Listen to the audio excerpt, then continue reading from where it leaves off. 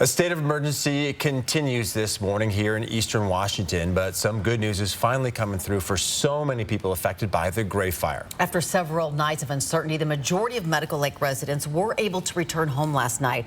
Our Marissa Rio is live in Medical Lake. And Marissa, this is such a relief for all of those people. Yes, it is. And this rain, I don't know if you can see it, is also a relief. I'm at Cheyne Middle School, which is the command post for the Gray Fire, and I'm here with Cheyne Rossbach, who is the Fire Information Officer for Northwest Team 7, an incident management team coming out of Oregon. So, Cheyne, yesterday we saw some roads opening back up, some evacuation levels downgraded. How is progress overnight? What's it looking like out there? So it's looking really good.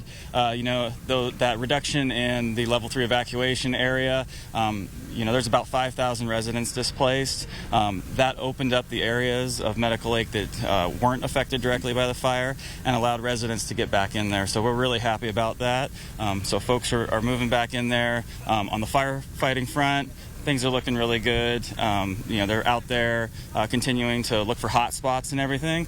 As you mentioned, this weather is great for us and great for firefighting because it just helps us out. We're actually getting moisture out there on the fire, and that just helps speed that process and moving towards just continuing to do those assessments of structures and hazard and damaged trees and make sure we get those addressed. And hopefully, as we move forward here, at some point we'll start to shift those evacuation levels further.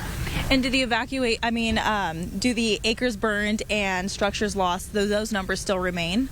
So right now we're at 10,016 acres, and that hasn't grown too much, and we don't expect that to, particularly with this weather and everything, that's really good. So that should stay pretty close to the same, hopefully. And then we're about 25% containment right now.